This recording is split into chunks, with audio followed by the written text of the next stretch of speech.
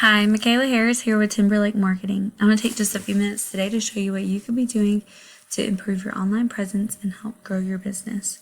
So first things first, I do see you have a Google Business Profile, which is this right here. It's what shows up in the map section. This is really great to have.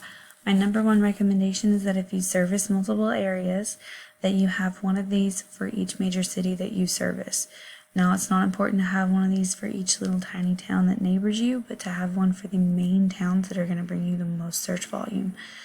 Now, I do notice that you're in Blountsville, and being kind of an equal distance between Huntsville and Birmingham, you could actually utilize making one of these for Huntsville and one for Birmingham, and that would help rank you in both of those major cities, and this could help grow your business exponentially. Now, how you rank these is by making sure they're completely filled out. You have images that are saved as major keywords, that you have a completely filled out company description, and that you make posts every once in a while. And also having citations. This is just places where your company is listed, so listing sites like Yelp. Next thing, I did notice that you had a website. So if I go to your website and just scroll through, I think it looks really great. It looks very professional and clean. However, there's not very much content. There's not very much words. Typically what I recommend is 1,500 to 2,000 words of relevant content on the homepage. And then if you do have multiple locations, like say Huntsville or Birmingham, then you do make sure to have separate location pages for those that function as mini home pages with the same amount of content, only the keywords that are in there are going to focus for those specific areas. And those are what your other GMBs, like your GMB for Huntsville or your GMB for Birmingham, would link back to those back pages, those location pages, as if it was a home page, and that's what's going to help you rank in that area. Now, what I'm talking about when I say keywords is every 150 to 200 words of content, you want to have one good quality keyword. And you also want all the images on your website when you hit save as, to save as.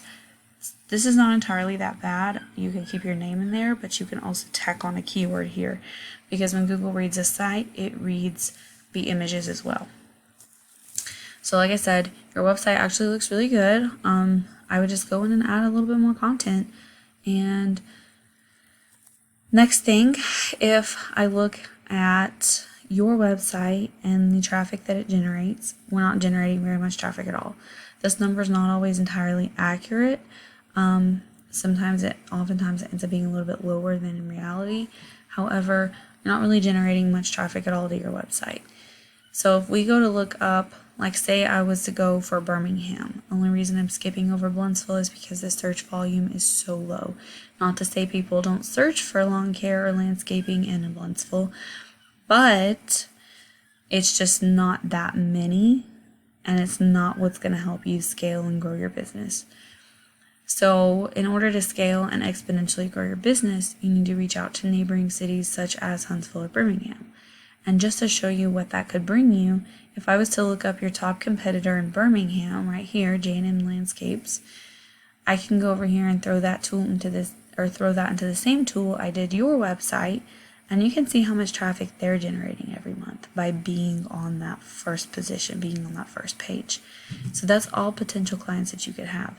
So basically, this is just Birmingham. So you could do the same process for Huntsville, and you could do that for multiple keywords, finding your top competitor for lots of different searches, and you'd be able to see all the potential clients that you could be bringing in.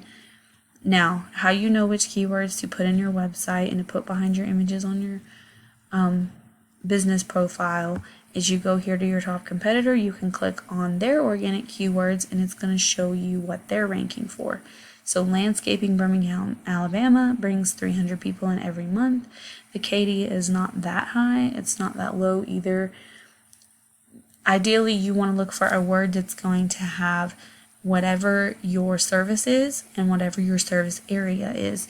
You don't want to go for things like state or national keywords because they're going to be harder to rank for. So once you get all the words that you want, then you can go over here and say, okay, now which ones, if I have 2,000 words of content, how many words do I need?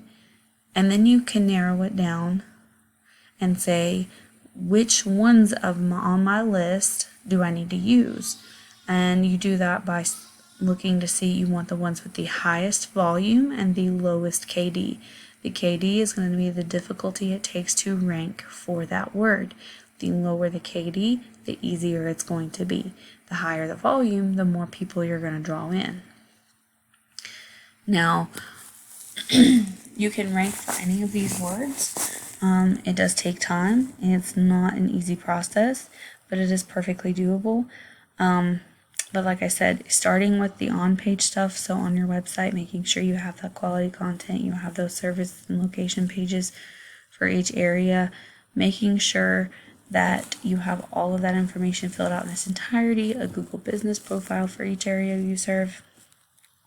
All of those things can help you scale your business. It's just a beginning, just a drop in a bucket of all the things that you could do. However, I do hope that this was a valuable video for you. I hope that it gave you some good information that you can use to help out your business. And if you have any other questions or want more information about things of this nature, I'd be more than happy to sit down with you and answer all of your questions. Thank you so much for taking the time to watch.